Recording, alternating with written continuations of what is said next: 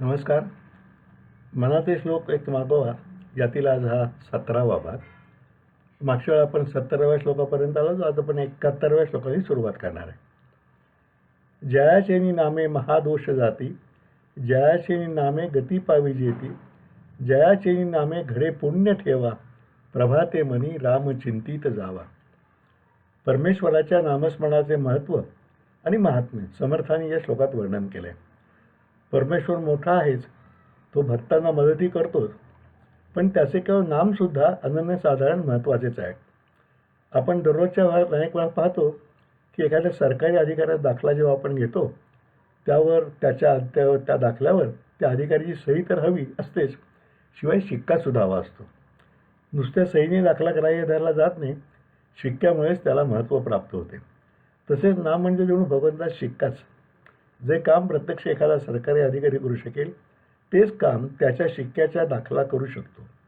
तद्वतच भक्ताच्या उद्धाराचे जे कार्य प्रत्यक्ष परमेश्वर सगुण अवतार घेऊन करतो तेच काम त्याचे नामसुद्धा करू शकते. परमेश्वराचे नामस्मरण पूर्णपणे एकरूप होऊन केल्यावर साधकाच्या अंगी असणारे महादोष नष्ट होतात. असत्य भाषण, चोरी, मद्यपान, व्यसने, हिंसा, व्यभिचार या 5 दोषांना पूर्णात महादोष मानले आहे. या 5 दोषांची साखळीच आहे असे म्हणताना यापैकी एकातून दुसरा निर्माण होतो. खोटे बोलणारा असत्य लपवण्यासाठी चोरी करेल किंवा उलट चोर आपली चोरी करण्यासाठी खोटे बोलेल. माणसाच्या अंगी यापैकी कोणताही दोष असला तर त्याला भगवंत कसा बरे प्राप्त होईल? उलट स्वतः ज्या अधःपदाच्या मार्गात उभा आहे त्याच गर्तेत तो आपल्यासोबत आपल्या सहवासात येणार नाही घेऊन जाईल. व्हायसेस होल्ड फास्ट अशी म्हण आहे. म्हणजे दुर्गुण चटकन चिकटतात, तसेच त्यांचा एकाकडून दुसऱ्याकडे संसर्गही लगेच होतो. सद्गुण अंगी बांधण्यासाठी नेहमी बरीच खटपट करावी लागते, परिश्रमपूर्वक मार्ग आक्रमावा लागतो. परंतु माणसाची जात्याच ओढ दुर्गुणाकडे असल्याने तो दुर्गुण चटकन आत्मसात करतो. या महादोषावर म्हणजे दुर्गुणावर मात करण्यासाठी नामस्मरण हा खात्रीचा उपाय आहे. एकाग्र चित्ताने नामस्मरण केल्यास साधकाची नामाशी एकरूपता होऊन त्याचे अंतःकरण परमेश्वर प्रेमाने भरून जाईल. तेच नाम त्याच्या दुर्गुणांचाही नाश करेल. त्याचे अंतःकरण सर्व पापांच्या पासून मुक्त होऊन पवित्र होईल. नामस्मरण एका बाजूला पापांचा विनाश करते, माणसाला दुराचरणापासून परावृत्त करते, त्याचवेळी त्याला सदाचरणाला प्रवृत्त करून पुण्यमार्गाने त्याची वाटचाल सुरू करते. कडक उन्हाळ्याच्या दिवसात जर थंडगार वाऱ्याची झुळूक आली तर ती जशी एकाच वेळी शरीराची लाही करणारी उष्णता कमी करते आणि शिवाय सुख थंडावत देते, त्याचप्रमाणे नामस्मरण दोन्ही बाजूने काम करून साधकाचे कल्याण करते. म्हणजेच एकाग्रतेने नामस्मरण साधकाचे पाप नाहीसे करून त्याला पुण्यवान करते.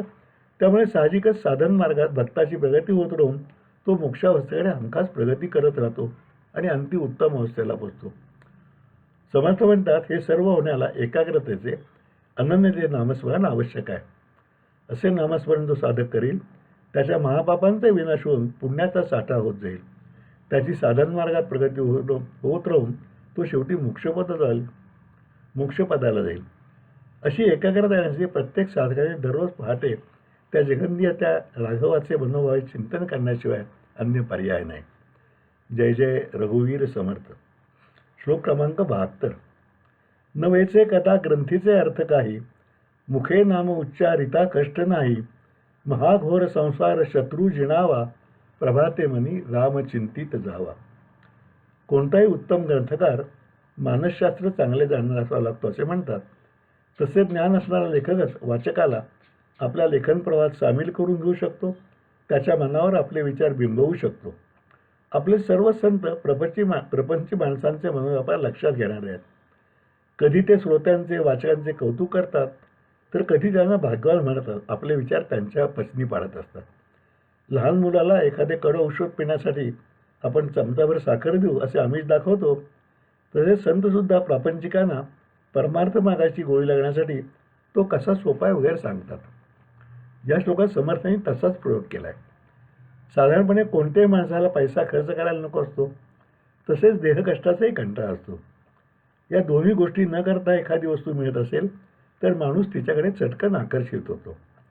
प्रपंची माणसाचे मानसशास्त्र ओळखून समर्थ म्हणतात, नामस्मरण करण्यासाठी साधकाला पदरचा काही पैसा खर्च करावा लागत नाही. आपण नेहमी जसे व्यवहारात म्हणतो की गाठीला पैसा हवा म्हणजे जवळ पैसा हवा, तोच व्यावहारिक वाक्प्रचार येथे त्यांनी ग्रंथीचे अर्थ काही असा वापरला आहे. म्हणजे न वेचे कदा ग्रंथीचे अर्थ काही, म्हणजे तुमच्या गाठीतलं पैसा काही खर्च होणार नाही.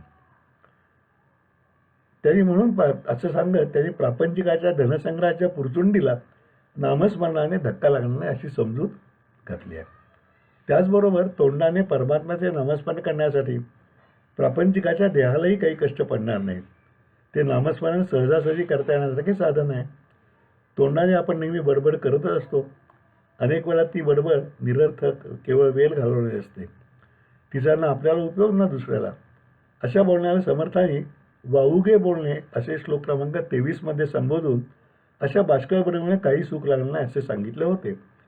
तर त्या उलट या श्लोकावर समर्थ म्हणतात की नाम उच्चारायला काही कष्ट पडत नाही, म्हणजे देहाला काही कष्ट न पडताही आपण नाम घेऊ शकतो आणि नामस्मरण आपल्याला करता येतं. पदरचा एक छदामी खर्च न करता किंवा शरीराला कोणतेही कष्ट न पडता नामस्मरणाचे साधन प्रत्येक प्रापंचिकाला सहजपणे अवलंबता येईल, म्हणून ते प्रत्येकाने करावे असे त्यांचं सांगणं आहे. संसारामध्ये रममाण झाल्यामुळे त्यातील सुख किंवा दुःख हेच खरे मानल्यामुळे मनुष्य प्रपंचात गुंतून पडतो आणि भगवंताला विसरतो. त्यामुळे समर्थ संसाराला भगवतप्राप्तीचा भयंकर शत्रू म्हणतात. समर्थ म्हणतात महाघोर संसार शत्रू जिणावा. म्हणजे याचा शत्रू कोण, तर देह आणि संसार दोन्ही नाशवंत आहेत. त्यामुळे त्याला सर्वस्व मानून राहणारे आपण आपलाच विनाश करून घेत असतो. या भयंकर शत्रूला नामोहरम करण्याचा नामस्मरण हा एकमेव उपाय आहे. अशा तऱ्हेने एकाग्रतेने नामस्मरण करून प्रत्येकाने परमेश्वराशी जवळीक साधावी व या भवरोगावर विजय प्राप्त करून घ्यावा. हे कार्य जो साधक करेल तो जरी नेहमीसारखा प्रापंचिक राहिला तरी तो प्रपंचापासून अंतरमे वेगळा आणि स्वतंत्र झाला असेल. सुखदुःखात राहून सुद्धा तो त्यापासून अलिप्त असेल. आणि यासाठी रोज सकाळी परमेश्वराचं स्मरण करावं असं समर्थ सांगतात. जय जय रघुवीर समर्थ. श्लोक क्रमांक 73. देहे दंडनेचे महादुःख आहे, देहे दंडनेचे महादुःख आहे, महादुःख ते नाम घेता न राहे. सदाशिव चिंती तसे देवदेवा, प्रभाते मनी राम चिंतित जावा. परमेश्वर प्राप्तीचे अनेक मार्ग पुराणात सांगितले, त्यामध्ये तपस्साधना हाही एक मार्ग आहे. या मार्गातच कठोर आणि दीर्घ तपश्चर्या, कडकडीत उपवासाचे व्रत, प्रदीर्घ जपसाधना आदी प्रकार येतात. कोणी साधक सतत 12 वर्षे एकाच वातावरणात आराधना करतात. कुणी अंगावर वारुळ निर्माण झाले तरी आपली निश्चित जपसाधना सोडत नाहीत. कुणी केवळ कंदमुळे खाऊन वर्षानुवर्षे काढतात. कुणी गंगेच्या पात्रात दररोज 12-12 तास उभे राहून वर्षानुवर्षे जप करतात. साधनेच्या अशा अनेक उदाहरणांचे उल्लेख आपल्याला पुराणात आढळतात. वाल्मिकी ऋषीसाठी ही उदाहरणे आपण व्यवहारातील सहज बोलताना वापरत असतो. प्रत्यक्षच कर तर समर्थांनी गोदातटी 12 गोदाच्या तटाकी नाशिक जवळ टाकळीला 12 वर्षे पुरश्चरणाचं तप केलेलं होतं. या सर्व साधनांचा हेतू साधकाने आपल्या देहाला विविध कष्ट देणे हाच असतो. त्यावेळी त्याचे देहाविषयीचे महत्त्व कमी कमी होत जाऊन देहाची आसक्ती पूर्णपणे नष्ट होण्यात त्याचा शेवट होत असतो. आसक्ती पूर्णपणे नष्ट झाली म्हणजे मनामध्ये एकमात्र परमेश्वराची आसक्ती शिल्लक राहून त्या तपस्साधनेची पूर्ती झाली असे म्हणतात. समर्थ म्हणतात की देहाला कष्ट होण्याच्या या सर्व साधन मार्गामध्ये साधकाला ती साधना पूर्णत्वाला जाईपर्यंत प्रचंड वेदनेचे दुःख भोगावे लागते. त्या महावेदनेमुळे कधी एखादा साधक ही साधनामध्ये सोडून देण्याची शक्यता नाकारता येत नाही. 12 वर्षे तप करायला बसलेला साधक कदाचित एका वर्षातच त्या सत्वपरीक्षेत नापास होऊन तप सोडून देईल आणि मग त्याचं काहीच कल्याण होणार नाही. परंतु नामस्मरणाच्या साधनात मात्र वेदनेचे वा शरीरदंडाचे हे दुःख बिलकुल नाही असा दिलासा देऊन समर्थ साधकाला नामस्मरणाचा मार्ग सोपा, सरळ आणि सुलभ आहे असेच सांगतात आणि त्याकडे वळण्याचा उपदेश करतात. त्याचबरोबर या सरळ अर्थाशिवाय त्यांना दुसरा आंतरिक अर्थही अभिप्रेत असावा असं मला वाटते. तो म्हणजे तपाचा साधन मार्ग सुरू असतानाच साधक परमेश्वराचे नामस्मरण करेल तर नामस्मरणाच्या योगाने तपोमार्गातील होणारे कष्टही त्याला सुसह्य आणि वेदनाविरहित होतील. अखंड नामस्मरणामुळे शरीरपीडा ही पीडा न राहता साधकाचे अंतर्मन ती पीडा जाणवण्याच्याही पलीकडे जाऊ शकेल. वेदनेची जाणीव अस्पष्ट किंवा नष्ट झाली तर तिचे दुःखही अजिबात वाटणार नाही. नामस्मरणाचे असे महत्त्व सांगून समर्थ म्हणतात की साक्षात शिवशंकर जो देवातील श्रेष्ठ देव आहे, तपोनिधान आहे, तो सुद्धा देवांच्या देवाचे म्हणजेच परमात्म्याचे सतत चिंतन करत असतो. त्या परमात्म्याचे प्रत्येक साधकाने दररोज पहाटेच्या मंगलसमयी एकाग्र निशंक मनाने पूर्ण श्रद्धेने चिंतन व नामस्मरण करण्यामध्ये साधकाचे पूर्ण कल्याण आहे. जय जय रघुवीर समर्थ. श्लोक क्रमांक 74. बहुतांपरी संकटे साधनाची, व्रते दान उद्यापने ते धनाची, दिनाचा दयाळू मनी आठवावा, प्रभाते मनी रामचिंतित जावा. मागील श्लोकाप्रमाणे याही श्लोकात परमेश्वराच्या भक्तीचे विविध मार्ग आहेत, त्यापैकी काही मार्गांची व नामस्मरणाच्या मार्गाची तुलना करून नामस्मरणाचा मार्ग कसा सहज साध्य आहे हे पटवून देण्याचा विचार समर्थांनी मांडलेला आहे. परमेश्वराच्या साधनेचे अनेक मार्ग पाहू गेले त्या प्रत्येकात काही ना काही संकटे निर्माण होण्याची शक्यता असते. प्रदीर्घ तपश्चर्या करायची म्हटली तर तितकी वर्षे साधकाच्या शरीराने साथ दिली पाहिजे आणि मनानेही ते कष्ट सहन करण्याची तयारी ठेवली पाहिजे. योगविद्येने साधना करायची म्हटले तर साधकाचे मन पूर्णपणे एकाग्र होऊन सहजयोग घडला पाहिजे. यज्ञ किंवा हवन करून भक्ती करायची तर त्यासाठीचे सर्व साहित्य जमा करायला हवे. त्यासाठी तेवढी आर्थिक सुबत्ता हवी. म्हणजेच अन्य सर्व मार्गाने साधना करताना त्यामध्ये अडथळे, अडचणी, संकटे निर्माण होण्याची शक्यता जास्त आणि म्हणून त्या साधनाने साधक शेवटपर्यंत पोचणे अवघड असते. अर्थात या संकटालाही आपले मनच जास्त कारणीभूत होत असते. मनाला शरीराची शरीरोपभोगाची सवय चटकन जडून जाते. तिथून ते लवकर अलग होऊ शकत नाही. म्हणूनच या साधनेत संकट येऊ लागतात. म्हणजे जसे एखाद्या लढाईत आपल्या बाजूचे सैनिक फितूरून शत्रुपक्षाला मिळावे, तसे विकाराविरुद्धच्या लढाईत आपले ओढाळ मनच त्या विकारांच्या बाजूला ओढ घेते. मग फितुरीच्या वेळख्यात सापडलेल्या सैन्याचा पराभव जसा निश्चित असतो तसा साधकी मनाच्या फितुरीमुळे परमेश्वर प्राप्तीची लढाई हमखास हरतो. भक्तीचा आणखी सोपा बिनकष्टाचा मार्ग म्हणजे दान देण्याचा किंवा व्रत पालनाचा. समर्थांच्या काळातही हा मार्ग खूप प्रचलित होता. चांदी अगर सोन्याने तुला करून घेऊन ते दान द्यायचे, सहस्र गायी दान द्यायच्या व त्यातून पुण्य जोडायचे. परंतु हा मार्ग फक्त धनवान माणसांना शक्य आहे. सामान्य परिस्थितीतील साधक दान करायला लागणारा पैसा कुठून आणणार? तसेच व्रत चालू ठेवायचे म्हणजे स्वतःहून एखादा विशिष्ट नियम करून त्यानुसारच वर्तन ठेवायचे. उदाहरणार्थ, आपल्याकडे महिला चातुर्मासात नेम करतात, रोज एकदाच जेवायचे, मीठ वर्ज्य करायचे, 21,000 दुर्वा व्हायच्या किंवा 16 सोमवार करायचे. या सर्व व्रतांचे उद्यापन करावे लागते. म्हणजे ते पूर्ण झाल्यानंतर शास्त्राधारानुसारच मोठा खर्च करून त्या व्रताची सांगता करावी लागते. असे उद्यापन झाल्यानंतरच त्या व्रताचे पुण्य प्राप्त होते अशी आपली श्रद्धा आहे. अर्थात हे करण्यासाठी बऱ्याच द्रव्याची जरूर असते. ते साध्या गरीब साधकाला अशक्यच आहे. शिवाय यातही मोठा धोका असतो. दानधर्म करणारा माणूस खूप दान देईल, पण त्यामागचे खरे मर्म जे त्या पैशातील ममत्व जायला पाहिजे तेवढेच तो नेमके विसरेल. मग त्या दानाला का अर्थ राहिला? आपण देवापुढे पैसे ठेवतो ते त्या पैशातील आपले ममत्व जावे या भावनेने. पण व्यवहारात आपण बघतो की एखादी न चालणारी गुळगुळीत आधळी देवापुढे ठेवून किंवा आंधळ्याच्या हातात टाकून आपण पुण्य मिळवण्याचे खोटे समाधान मिळवू इच्छितो. यात आपण स्वतःच स्वतःला फसवल्यासारखे नाही का? अशा रीतीने साधनांचे अवघड मार्ग सांगून समर्थ म्हणतात की त्या सगळ्यापेक्षा जो शरण आणलेला दीन भक्तावर खचित दया करतो अशा परमेश्वराचे मनात स्मरण करणे किती सोपे आहे. अर्थात एकाग्र चित्ताचे स्मरण वाटते तेवढे सोपे नाही, पण सुलभ निश्चित आहे. एकदा ते सुरू ठेवले तर मग ते सहजसुद्धा होऊ शकेल. येथे सुलभ आणि सहज यातील भेद लक्षात घेणे जरूर आहे.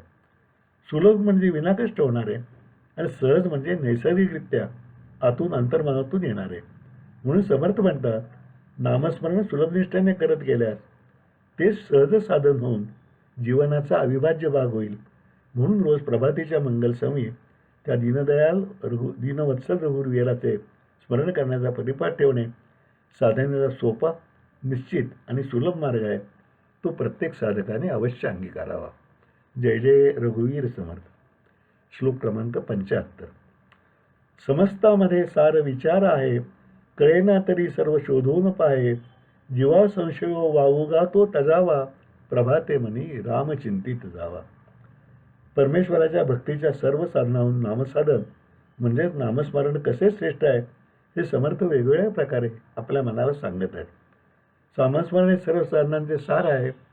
ताक घुसळून काढल्यावर त्यातून लोणी निघते, म्हणजेच लोणी हे ताकाचे सार आहे. तसेच इतर सर्व साधनांचे गुण, ते करण्यातील अडचणी यांचा समग्र विचार केला तर त्यामधून नामस्मरण हे सर्वोत्कृष्ट साधन आहे असे सार साधकाला सहज प्राप्त होते. इतर साधनांचा फापट पसारा मांडण्यापेक्षा नामसाधनाकडे साधकाने वळावे असा समर्थांचा आग्रह आहे. माणसाचे मन कोणती गोष्ट चटकन किंवा कोणी अधिकारी व्यक्तीने सांगितले म्हणून स्वीकारत नाही याची त्यांना कल्पना आहे. म्हणूनच ते हा विचार पुन्हा पुन्हा वेगवेगळ्या प्रकारे साधकाच्या मनावर ठसवण्याचा प्रयत्न करत आहे. आपण आधी दररोजच्या व्यवहारातही पाहतो की एखाद्या गोष्ट समर्थ माणूस मान्य करत नसेल तर त्याला तूच अनुभवून पहा म्हणजे पटेल हे सांगतो. आज सोमवार असल्याने सकाळी बसेसना गर्दी फार असेल तेव्हा आरक्षण करणे जरूर आहे असे आपण सांगून समोरच्याला जर पटले नाही तर आपण काय करतो? आपण म्हणतो ठीक आहे, तू आज तसाच बिन रिझर्वेशनने जाऊन बघ, प्रचंड गर्दीमुळे तुला जागा मिळाली नाही म्हणजे माझे म्हणणे बरोबर आहे, तुझ्या लक्षात येईल. समर्थही त्याच सोपेपणाने म्हणतात, नामस्मरणे सर्वश्रेष्ठ साधन आहे हे माझे सांगणे जर तुला कळले नाही म्हणजे पटले नाही तू स्वतः शोधून पहा. म्हणजे स्मृती, स्मृती, वेद, पुराणे, वैदिक ग्रंथ, साधू संतांची चरित्रे या सर्वांचाच तू अभ्यास कर. त्यापासून भक्तीच्या सर्व साधनाबद्दल काय काय अनुभव दिले आहेत ते पहा. बा म्हणा, असे केलेस म्हणजे तुझ्यातील वावगा संशय समूळ नष्ट होईल. जीवा संशयो वावुगा तो त्याजावा, समूळ नष्ट होईल व तू सुद्धा मी काय सांगतो त्याच निष्कर्षाला येतील की नामसाधनच सर्वश्रेष्ठ आहे. अशा अतिशय सोप्या, व्यावहारिक पण रोखठोक भाषेत साधकाला मार्गदर्शन करणे हे समर्थांच्या मनाचे शोकाचे वैशिष्ट्य म्हणावे लागेल. या संपूर्ण प्रभाते मनी रामचिंती जावं या श्लोकसमुच्चयाचा सार, या समुच्चयाचं सगळ्या श्लोकांचे मिळून सार सोप्या आणि 4 व्यावहारिक वाक्यात सांगता येईल. सर्व साधनामध्ये नामसाधन श्रेष्ठ आहे हे माझे सगळ्यांनी मान्य कर. तुला पटत नसेल तर स्वतः शास्त्रांचा अभ्यास करून पहा, म्हणजे तुझा व्यर्थ संशय नष्ट होऊन तुला माझे म्हणणे पटेल आणि मग तू सुद्धा दररोज पहाटे रामरायाचे स्मरण करू लागशील आणि प्रभाते मनी रामचिंतीत जावा हे आपले अंगीकृत कार्य समजशील. आज इथेच थांबूया. जय जय रघुवीर समर्थ.